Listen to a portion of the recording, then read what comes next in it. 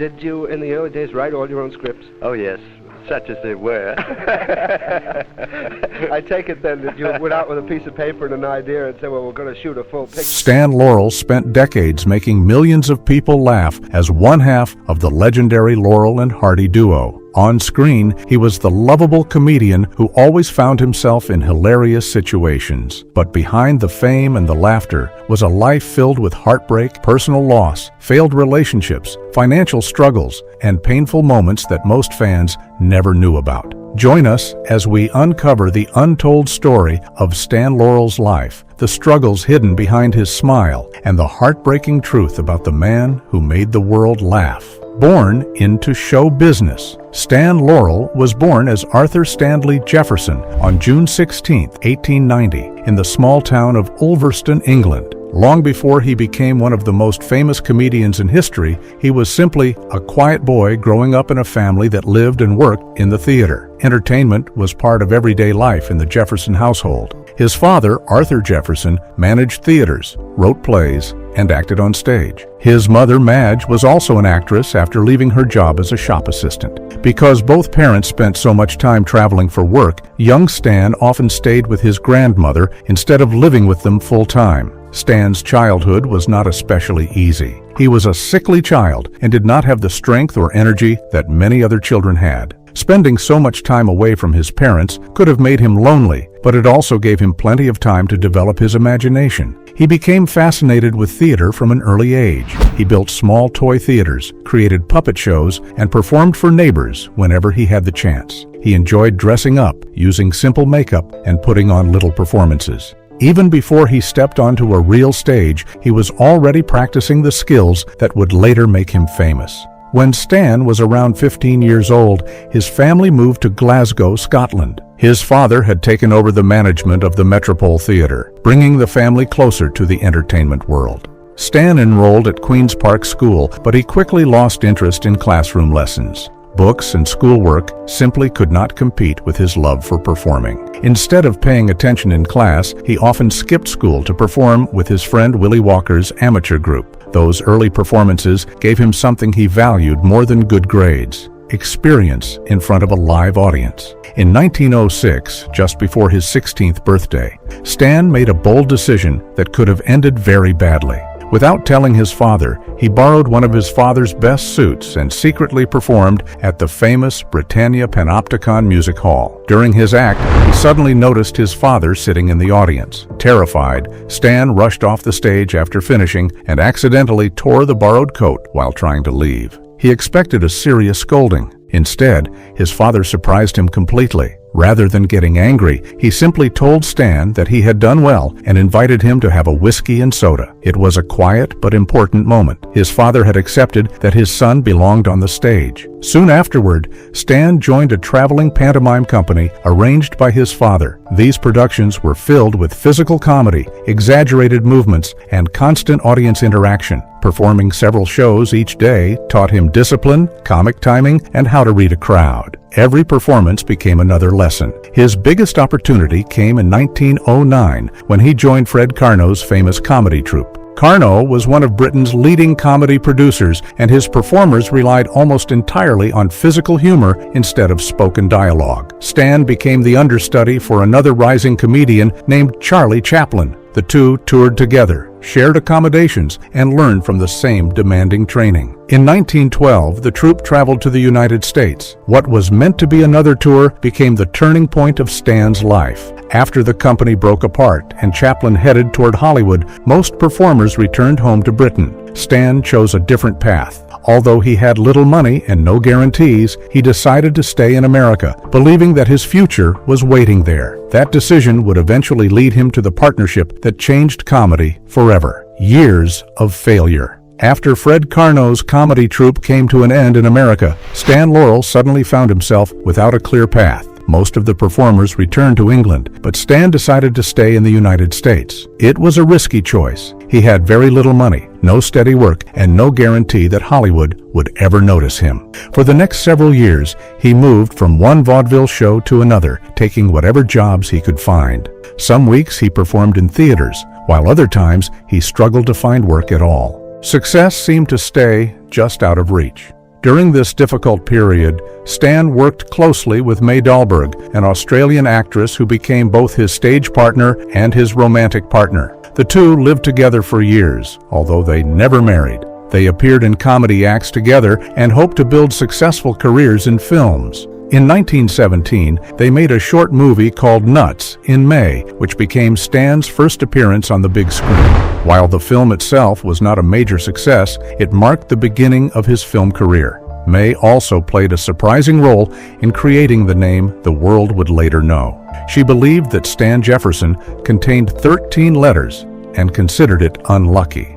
To avoid bad luck, she encouraged him to choose a different last name. Stan eventually adopted the name Stan Laurel, although he would not legally change it until years later. The new name was simple, memorable, and soon became part of his public identity. Everything began to change when producer Joe Rock noticed him. Rock believed Stan had the ability to become a major comedy star, but he also believed May Dahlberg was holding him back. She often argued with producers and demanded roles for herself, creating problems behind the scenes. Rock offered Stan a contract to make 12 comedy films, but only if May left. When she refused to step aside, Rock paid for her ticket to Australia, ending both their professional and personal partnership. It was a painful decision, but it opened the door to bigger opportunities. In 1925, Stan joined Hal Roach Studios, though not as an actor. He was hired mainly as a writer and director because the studio recognized his creative mind. Behind the scenes, he helped shape comedy films and worked on dozens of productions. Acting was no longer his main job. Then luck stepped in at exactly the right time. Actor Oliver Hardy suffered a kitchen accident that left him unable to work for a short time. Hal Roach needed someone to fill the role, so Stan returned in front of the camera. That unexpected opportunity changed everything. Behind the smile. By the late 1920s, Laurel and Hardy had become one of Hollywood's fastest-rising comedy teams. But just as their careers were taking off, the film industry faced one of its biggest changes. Silent movies were disappearing, and talking pictures were taking over. Many silent film stars struggled with the transition. Some had voices audiences didn't like, while others simply couldn't adjust to acting with dialogue instead of relying only on expressions and movement. Laurel and Hardy, however, made the change successfully.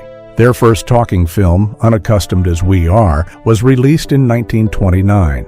Audiences immediately accepted the new version of the duo. Stan Laurel's soft, high-pitched voice matched the innocent and confused character people already loved. Instead of hurting his career, his voice became another part of his comedy. Oliver Hardy's smooth Southern accent also fit perfectly with his confident but often mistaken personality. Together, they proved they could be just as funny speaking as they had been in silence.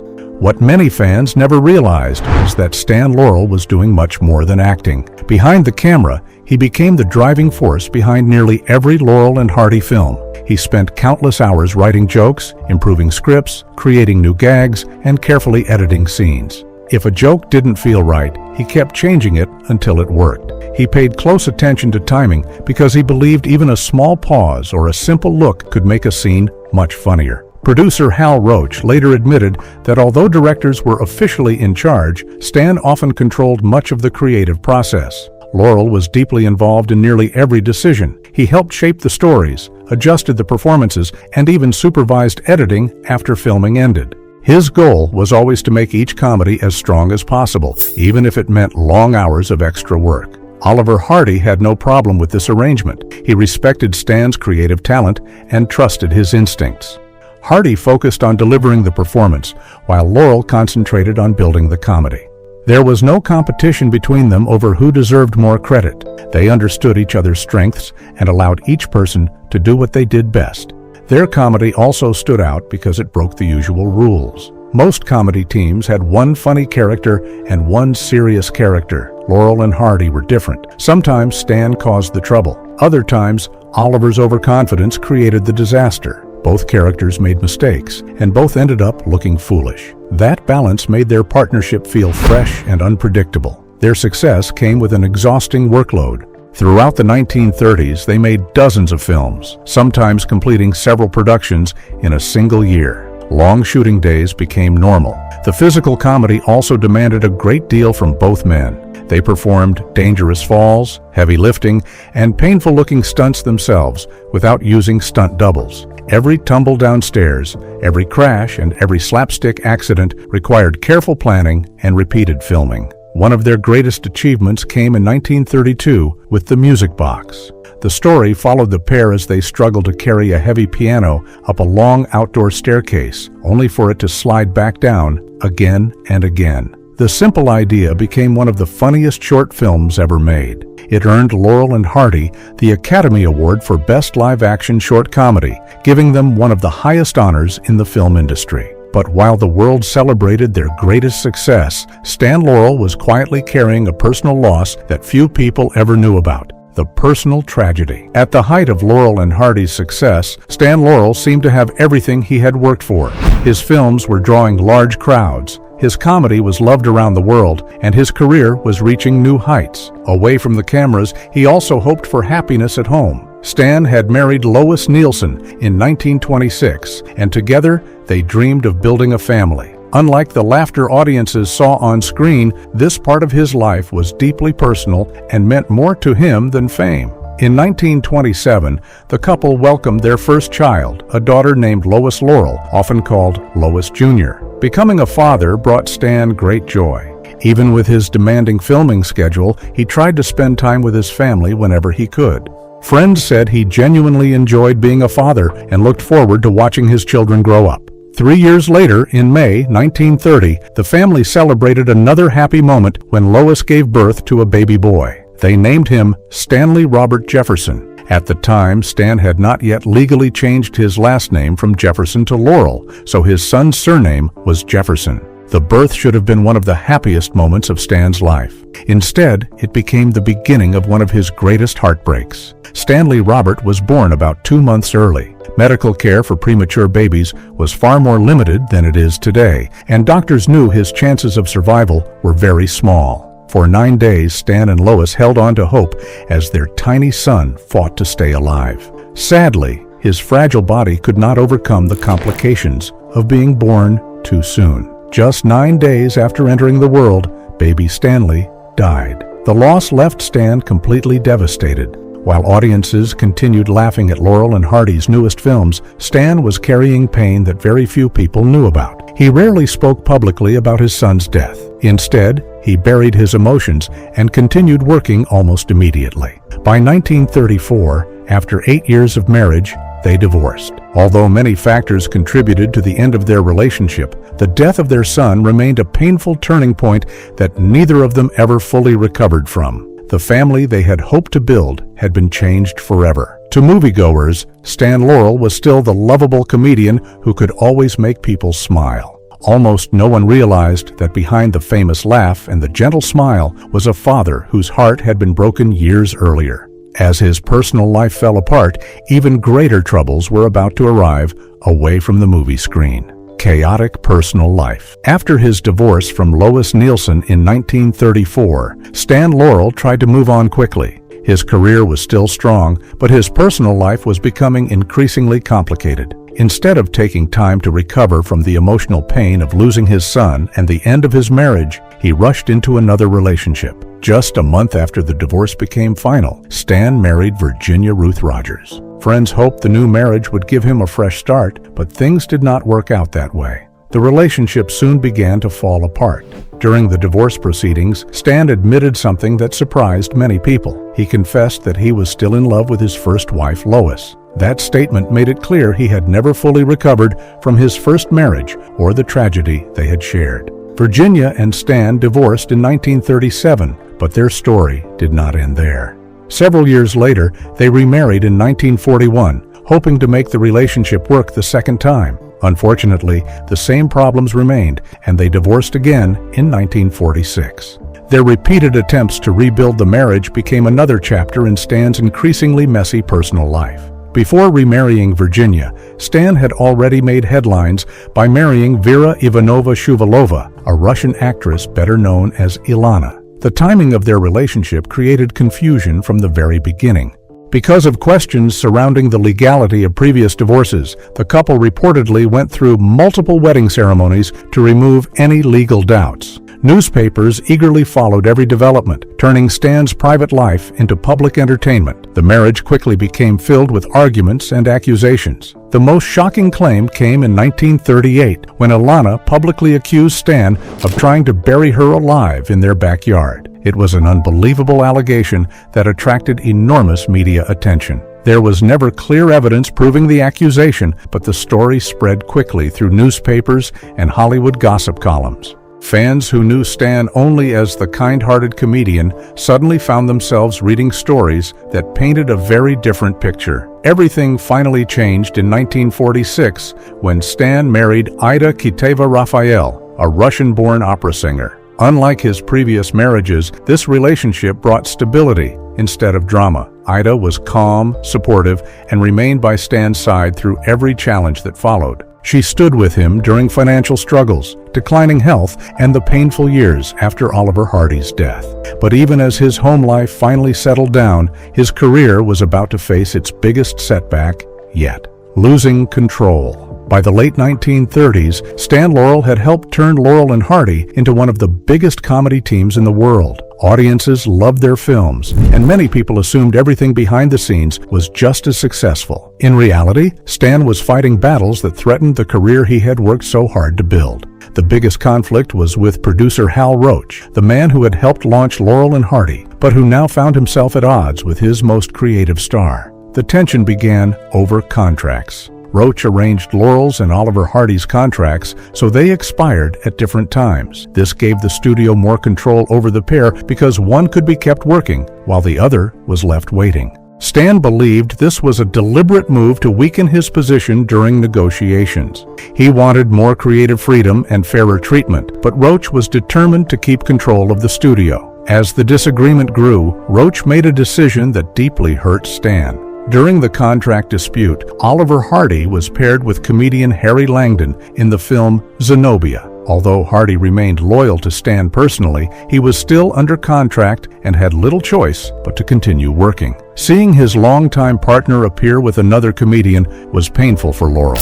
It made him wonder whether Laurel and Hardy could be replaced after all. Instead of accepting the situation, Stan chose to fight back. He filed a lawsuit against Hal Roach Studios, even though it was a huge risk. Challenging one of Hollywood's most powerful producers could have ended his career completely. The legal battle dragged on for years and cost Stan a great deal of money, time, and energy. Roach had a team of lawyers defending the studio, while Laurel faced the fight with far fewer resources. The dispute left both sides bitter. Eventually, a settlement allowed Stan to return to Roach Studios long enough to complete 2 more films, including A Chump at Oxford and Saps at Sea. However, the relationship had been damaged beyond repair. After those productions, Laurel and Hardy left the studio permanently, ending one of the most successful partnerships between performers and a film company. The duo then signed with 20th Century Fox and later MGM, hoping for a fresh beginning. On paper, the move seemed promising. They continued making movies that earned respectable box office returns,